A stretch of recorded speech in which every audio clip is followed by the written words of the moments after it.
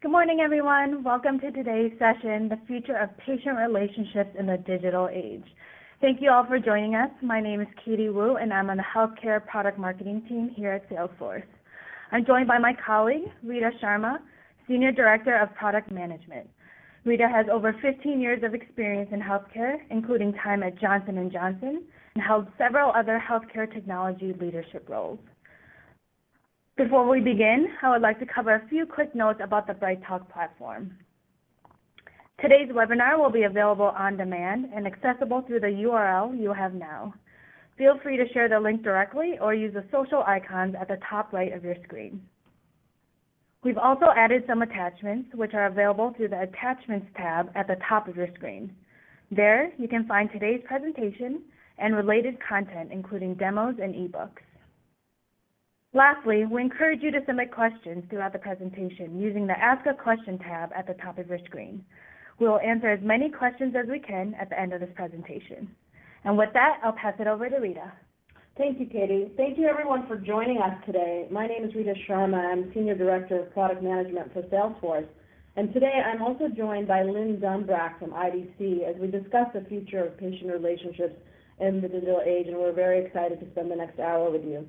So before we get started, just a quick note that when you are considering your future developments or looking at purchasing or investing decisions, it's really important that you do it based on what's currently available in the market. So today, our objectives are to cover the trends shaping the future of healthcare, including shifts in the cloud. We'll talk about how patient relationships play such an important role, and we'll end with a couple of healthcare customer stories, including some around Health Cloud and how customers are using us today. I'd like to introduce Lynn Dunbrack, who's joining us today. Lynn's got an amazing background. She's today at IDC. She also has an incredible history in healthcare. So she was formerly a Gartner analyst. She also has a healthcare background, including 25-plus years in product management and system implementation at IDX, which is now GE Healthcare, and she was in operations for Tufts Health Plan. So very excited to have Lynn join us today. Welcome, Lynn. Thank you, Rita. Pleased to be here. Great. So I'd like to start by asking you, what are the top trends you're seeing in healthcare? Sure. So, it's really exciting what's going on in healthcare today, and I think a lot of the activity that's happening is being fueled by these three major healthcare trends. The first we have here is obesity. And today what we see is nearly two-thirds of the U.S. population is overweight or obese. And by 2030, all 50 states will have obesity rates that are well over 50%. This is really quite concerning, particularly when you consider the impact that has as a comorbidity factor to a number of major chronic conditions. And so many healthcare organizations, both payers and providers, are focusing on helping their constituents take control over their weight and making healthier decisions about what they eat, to exercise more, essentially so that they enable them to lose weight. And chronic conditions is a significant issue here in the United States. Today, nearly one-third of Americans have a single chronic condition, growing by 37% to nearly half having a chronic condition by the year 2020, or by the year 2030 rather. And many consumers, particularly consumers as they get older, are really struggling with multiple chronic conditions. As I mentioned before, obesity is often a comorbidity factor, but we also see combinations of hypertension and diabetes, and it's very difficult for healthcare organizations without having effective technology in place to be able to provide care management to these patients, particularly when they're struggling with multiple multiple chronic conditions. So we really need to have a more holistic approach, and that really does call for better CRM capabilities. And then the aging population.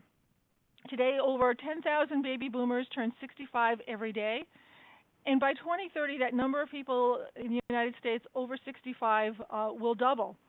And in many ways, we are a victim of our own success, and that is a good thing, don't get me wrong. So illnesses that might have sounded the death knell for our grandparents are now being treated as chronic conditions. Even cancer is being treated as a chronic condition in many cases, particularly if it's caught early enough. And for those people who do take care of themselves, they're living longer and vibrant lives. And so technology does make it possible for seniors to age independently at home. And all of this is really creating a need to be able to, have the tools in place to provide more care to members wherever or to patients wherever they are in their life journey. Lynn, that's very interesting because we're certainly hearing about the same trends and pressures from our customers. So I'd like to talk about, when you look at the future, what excites you about the future of healthcare? Well, I think the thing that's really exciting today is the fact that healthcare, and particularly healthcare IT, is going through tremendous changes today, which is very exciting to watch as an analyst. I've been in this industry 25 plus years, and really we're at an inflection point. We're seeing the shift from fee for service to fee for value, and that's really underway because of health reform. And then you combine that with a shift from the second platform technologies or client server technologies to the third platform with its underpinnings in cloud, big data, and analytics, and mobile technologies that really is going to allow and enable healthcare organizations to now be able to respond more quickly to health reform initiatives because they have this agile technology, and that really has particularly to respond to the new models of care delivery and reimbursement. So again, it's really that shift from fee for service to fee for value, really focusing on outcomes, much greater focus on how do we hold providers accountable for the care that they deliver, but we also need to hold consumers accountable. It's not enough that the physicians are recommending that their patients actually receive the care that is necessary, the preventive screenings, that they're managing their blood pressure or their blood glucose levels. We really need to get consumers more accountable and more involved in their health. And so we see a greater increased focus on health and wellness programs by both payers and providers, many of it spurned also by employers. And so we're seeing things like consumers wearing, the various fitness and activity trackers in order to better manage their life. And it's being done in such a way not only for health and wellness purposes, but also for clinical care as well. So wearables being used on the patient floor to see how well patients might be ambulating, after surgery, or encouraging diabetics to exercise more as a way of controlling their blood sugar. So lots of different opportunities there. And this is really feeding population health. And population health is important because we need to be able to segment these consumers, identify which consumers are at risk for chronic diseases so we can provide these tools for them that will help them be more accountable and help them better manage their care. And more specifically, really tailor programs for them. It's this whole patient of one concept. And this is a big, big change for the healthcare industry today. Historically, we've sold health plan organizations, health plans, on a sort of wholesale level. You sell it to the employer, and then they sell it down to their employees. Now consumers have this retail option to be able to buy health insurance directly, and this is really changing the market all the way around in how consumers are interacting with both payers and providers. And so this level of consumer engagement is really going to require CRM tools in order to be able to reach them with plans or healthcare programs that are tailored specifically for them. So Lynn, that's fantastic. So it sounds like there's big themes around population health, around consumer centricity. We are seeing it across many industries. It's really fascinating to see all the shifts that are happening in healthcare. I'd like to dig in a little deeper. Can you tell us about how healthcare organizations are approaching the shift to the third platform that you talked about early on? Sure. I think this is where it's really been fascinating, to watch.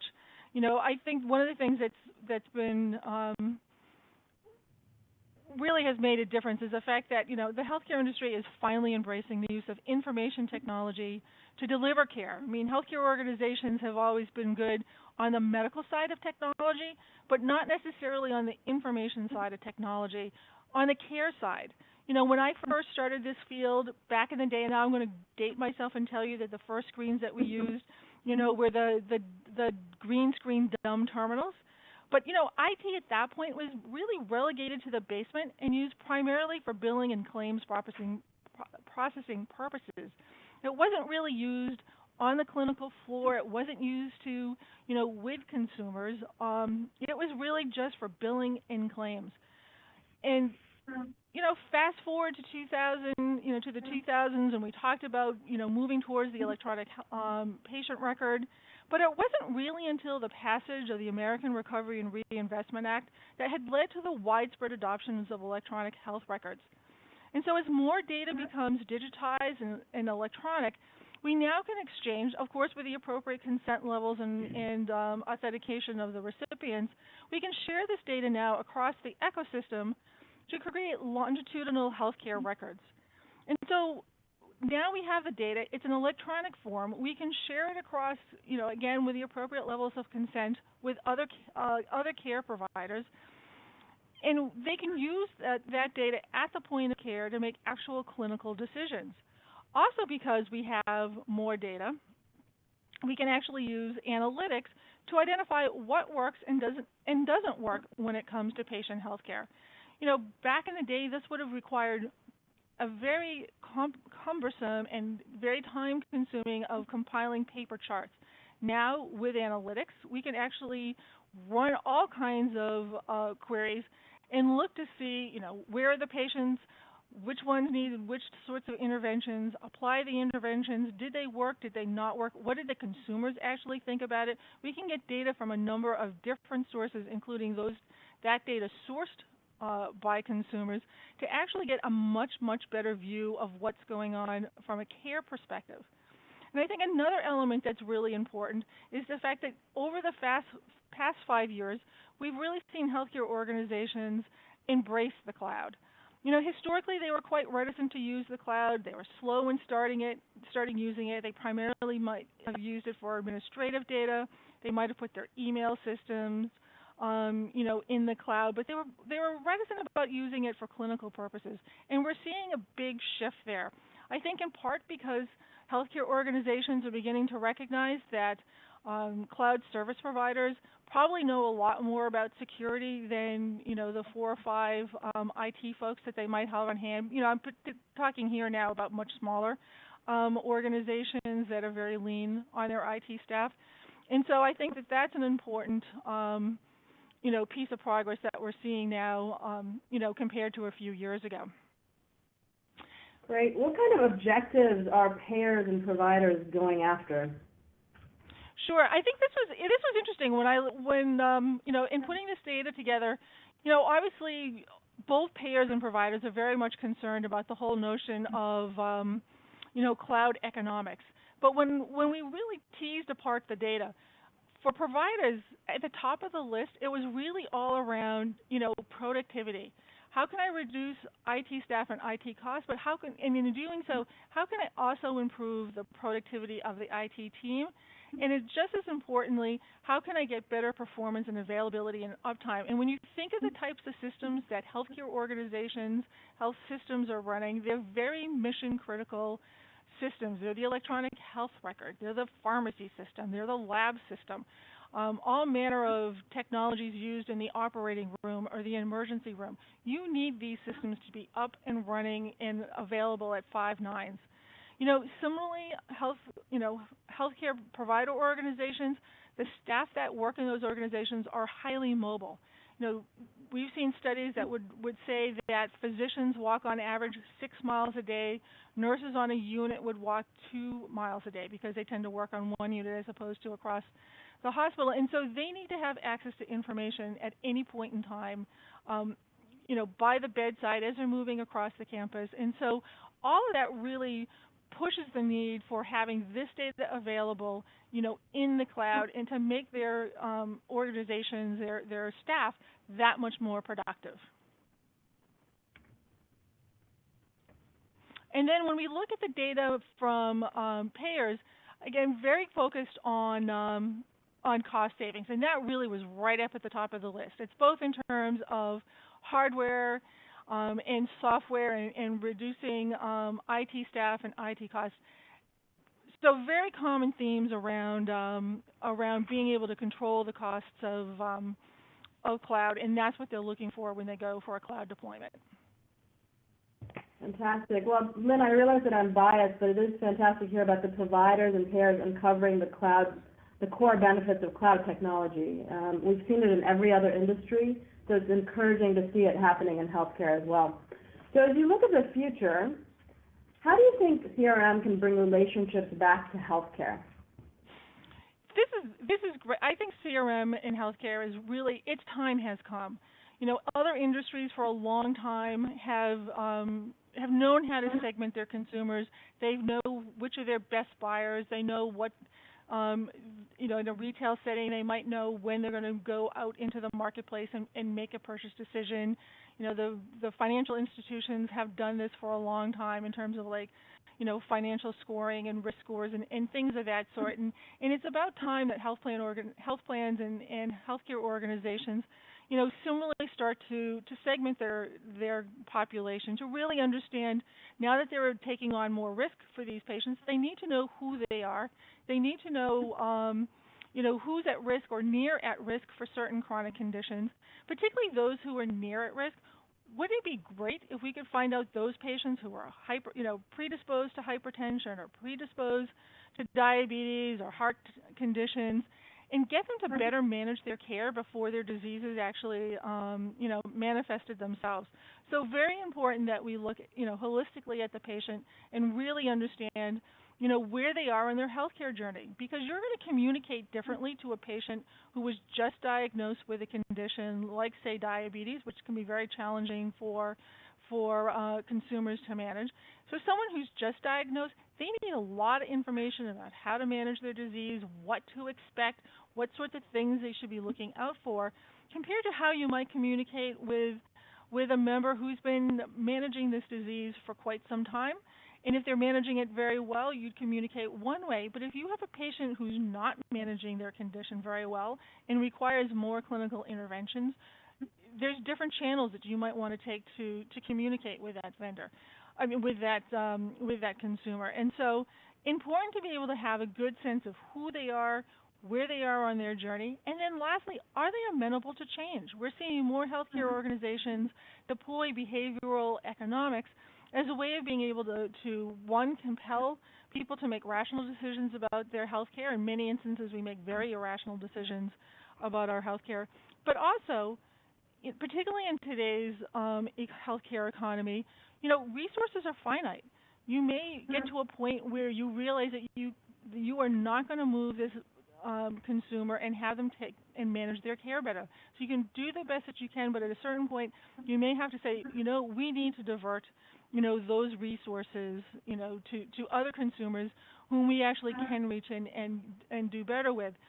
And so to do all of this, analytics is going to play, an important role in looking at, were the desired outcomes, achieved.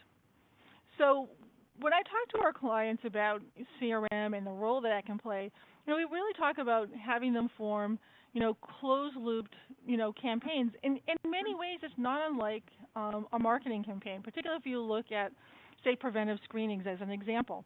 So you would want to identify the particular population based on whether they turned 40 or 50 or whatever the age indication was for a particular condition that you were screening for. So say age 40 for mammograms for women. And then you would start to communicate with them on their preferred channel. And I think this is something that's very important, as we start to look out at a population. Cell phones are nearly ubiquitous, and particularly younger consumers really only want to communicate by mobile and primarily by text. And so it's important that we understand, what's the appropriate channel, and then just create the message that will resonate, with them appropriately. So one of our clients discovered as they were doing a campaign for colonoscopies, which is not one of your easiest things to get people to go out and do, that they found that, and because they had this feedback loop as part of their CRM process, they found that people who were provided a mailer that included people that looked like grandparents playing with grandchildren had a much greater lift than those mailers that were sent that were much more clinically focused, and here are the risk factors, and here's what will happen if you don't, have your screening, because people really wanted the optimistic view of, I want to live longer and be around to see, play with my grandchildren, see them get married and the like. So again, it's that whole notion of multidisciplinary teams, so marketing folks who understand how to craft the right message, technologists who understand how to create very nimble technology to use and to create the rules, and then the clinicians to understand the segmenting that's impossible. And so in this particular instance, our client was really able to reduce the time and turnaround for creating these personalized campaigns by 50%, and we're also very successful in getting the their patients to come in to have these screenings. Those are great examples of the use of CRM to deliver really personalized, improved healthcare. And at the end, I'll talk about some examples of how customers are using us across different segments to do exactly that for their patients and their consumers. So let's look at the future a little bit. I'd love to hear, what's your advice for organizations seeking to strengthen patient relationships?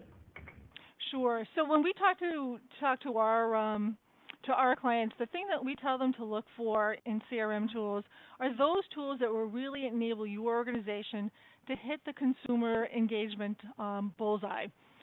And so like medication administration with its 5 rights, I really view that there are 5 rights to consumer engagement. There's the right consumer, with the right message, at the right time, for the right reason, and on the right channel. So I have a friend who was with a health plan. So let me give you an example of what I mean by this, the 5 rights. And so she was prescribed a medication and had a severe allergic reaction to it. And so her physician took her off that particular medication and prescribed an alternative that was much better for her to take. But a total disconnect between what was going on with the physician and what was going on in the care management program. So she was being treated for hypertension. And so now she's getting a letter from the health plan saying, you haven't renewed this particular medication. You really need to do this in order to, be compliant, with your care plan for hypertension. But if she were to go back and take that particular drug, it would have a disastrous effect for her. So it's really important that you know the consumer that you're talking to, and you give them the right message, and you understand what's going on for them, on the clinical side of things, as well. So it's at the right time and for the right reason, and you're using a channel that person is going to be, using and frequently available to get that information. So I really see that the 5 rights are at the crux of care coordination and care management, and really is the core of case-based CRM offered by CRM vendors like Salesforce. And so the effective use of CRM on third platform technologies will help and enable healthcare organizations to be more consumer-centric and better meet, the global objectives of improving the delivery of care, reducing per capita healthcare costs, and improving the consumer experience. It truly is an exciting time to be in healthcare. Well, Lynn, it's been great having you here today just to discuss all these amazing trends that are happening around us and to get your insight into how Salesforce and CRM is going to fit into these ever-changing healthcare markets. So Lynn will be joining us at the end of the Q&A, or towards the end of this Q&A, so don't forget to join us and submit your questions. All right, so now I'd like to talk about some things that we're seeing on the Salesforce side. As we discussed, and we've discussed through this last half an hour, is patient-centric care is really no longer a nice-to-have. It's a must-have. So why is Salesforce uniquely positioned to help healthcare? Because our platform really understands the customers, we understand patients more deeply than ever before, and we've been doing this successfully for 16 years in various industries, whether it's banking or retail or government. So it's exciting to bring even further innovation into healthcare.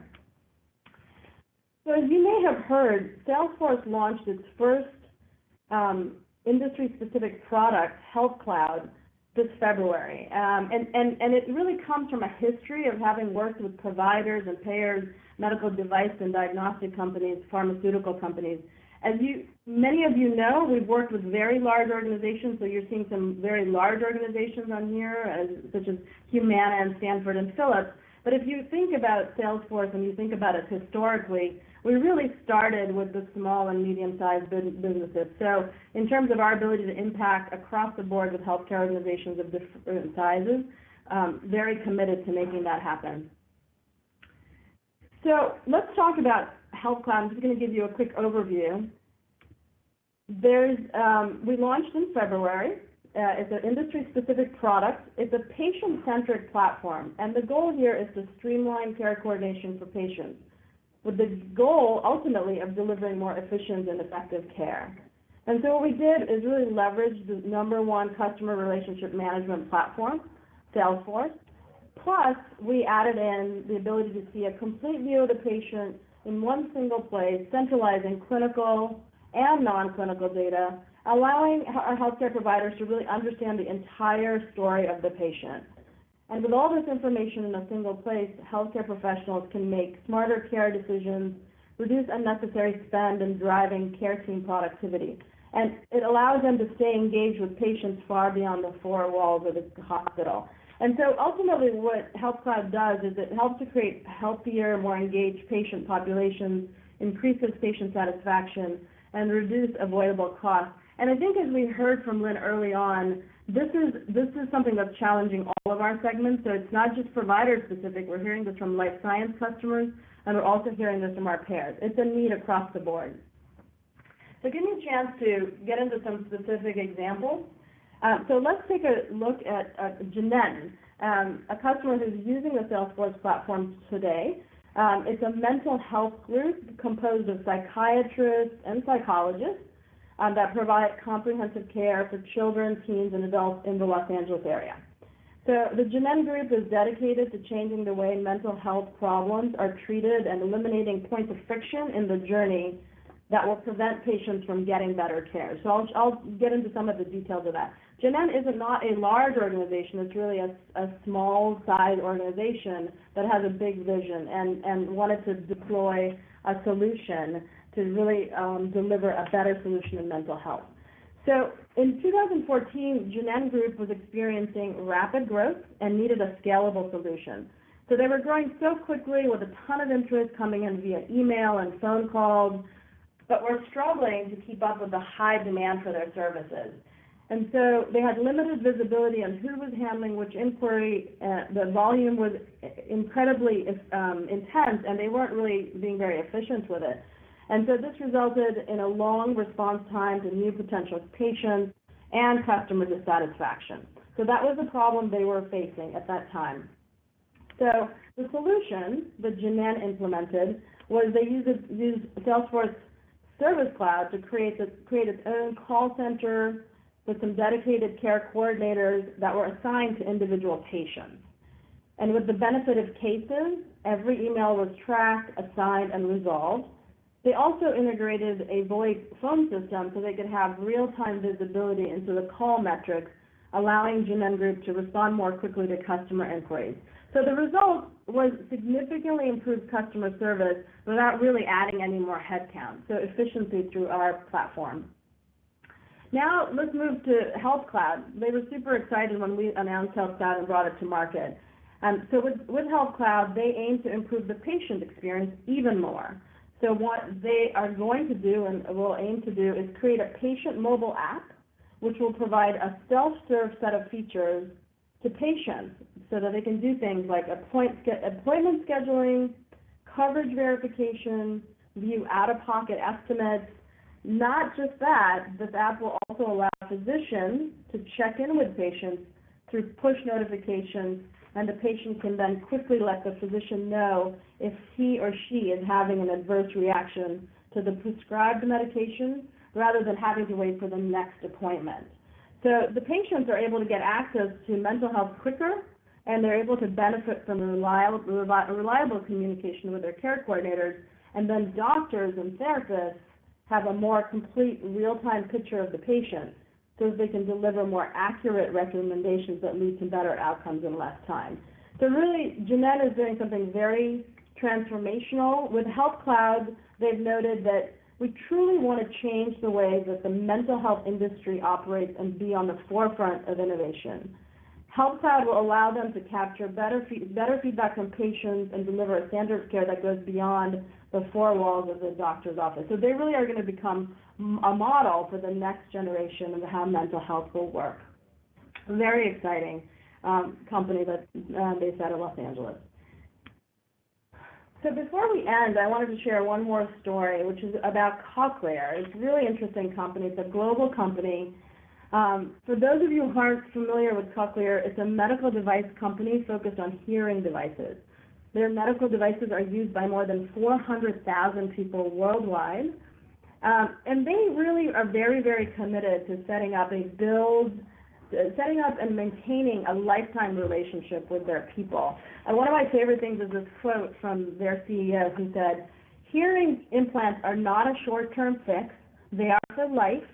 Once you have a device implanted, you have committed to partnering with us for your lifetime hearing journey," which I think applies to a lot of medical devices and pharmaceutical companies that are out there. So they went out to go after this lifetime journey. So Cochlear One, based on the Salesforce platform, is now assisting Cochlear and engaging with its patients and its healthcare professionals. So I'll give you a few examples of how they're doing that. In the field, the Cochlear reps interact with the professional community of surgeons and clinicians over the same centralized patient data. It's empowering them to have a complete conversation based on really good understanding of each customer's circumstances, and it's shifting the conversation from transactional to strategic. There are a range of channels through which a recipient can interact with Cochlear. So for example, using live chat in Service Cloud, which makes it possible for patients to actually type in a contact versus having verbal contact. So with new patient recipients still learning to differentiate sounds, you can imagine the voice calls are not necessarily their first choice. So they really welcome the opportunity to be able to use live chat to communicate with coordinators and have that experience with the company. So basically with Cochlear One, this company is able to connect three ends of the triangle: the company itself, Cochlear, the medical professional, and the patient. And in doing so, the company is creating a whole new path for outstanding customer experience. And we have a lot of customers out there that are trying to do the same thing. I'm very excited about how things are shifting. So if you want to learn more about our customer stories, we have a lot of them. You're welcome to visit our industry page, download the ebook, and take the Health Cloud guided tour. I'm going to pass it over now to Katie for Q&A. Perfect. Thanks, Rita and Lynn. Before we begin responding to questions, I first want to remind everyone that you can continue to submit questions using the Ask a Question tab at the top of your screen. Please also take a moment at the end to rate this session using the Rate This button, which you'll see to the right of the Questions button. We want to make these presentations valuable and improve the content for the future. So with that, our first question is directed towards Rita.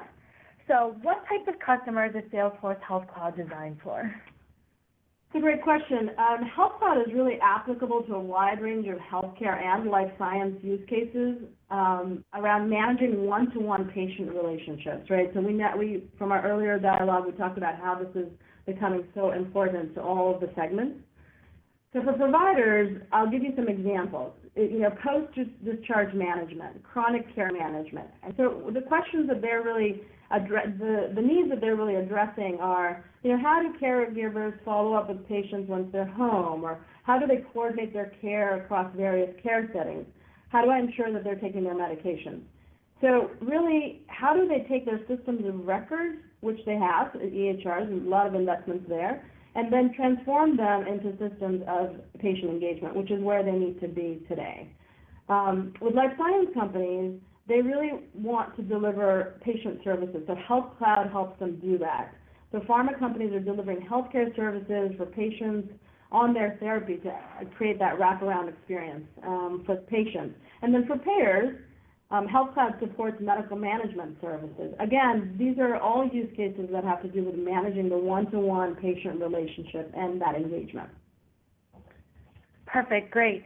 We have a question for Lynn. So Lynn, where do you see cloud technology adoption in the next 3 to 5 years?